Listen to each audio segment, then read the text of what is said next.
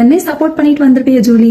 நியாயமான ஒருத்தருக்கு சப்போர்ட் பண்ணா நாங்களே அதை ஒத்துக்குவோம். அவர் பேசின பேச்சுக்கு போலீஸ் அரெஸ்ட் பண்ண வராம வந்து ஆரத்தி தட்டை எடுத்து வாவ் சூப்பர் அப்படின்னு கை கொடுத்துட்டு போவாங்களா?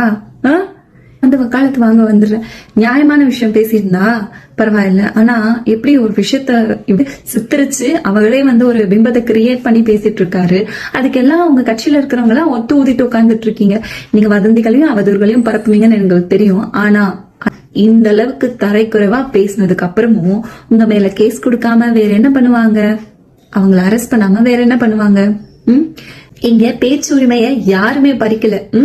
அவங்களுக்கு பேசுறதுக்கான உரிமை இருக்கு. ஆனா நாவடக்கம்ன்றது ரொம்ப இம்பார்ட்டன்ட் இல்லையா? ஒருத்தவங்களை பத்தி ஒரு விஷயம் பேசுறோம் அப்படின்னா அது ஒண்ணு உண்மையா இருக்கணும், இல்லன்னா பேசக்கூடாது. ஆனா நீங்க எல்லாம் அவதூறையும் வதந்திகளை மட்டும் பரப்பிட்டு இருக்க கூட்டம். அப்படி இருக்கக்குள்ள இன்னைக்கு தமிழ்நாட்டோட சிஎம் இவ்வளவு தரக்குறைவா பேசிருக்கீங்க அப்படின்னும் போது அவங்கள சும்மா விட முடியுமா சொல்லுங்க? நீங்க இப்படி கொந்தளிக்கிறீங்களே, அப்போ நாங்களாம் எவ்வளவு கொந்தளிக்கணும்? அதாவது டிவிகேக்கு சப்போர்ட்டா பேசின நிறைய பேர் மேல நீங்கெல்லாம் வந்து கம்ப்ளைண்ட் கொடுத்துட்டு இருக்கீங்க. எதுக்காக?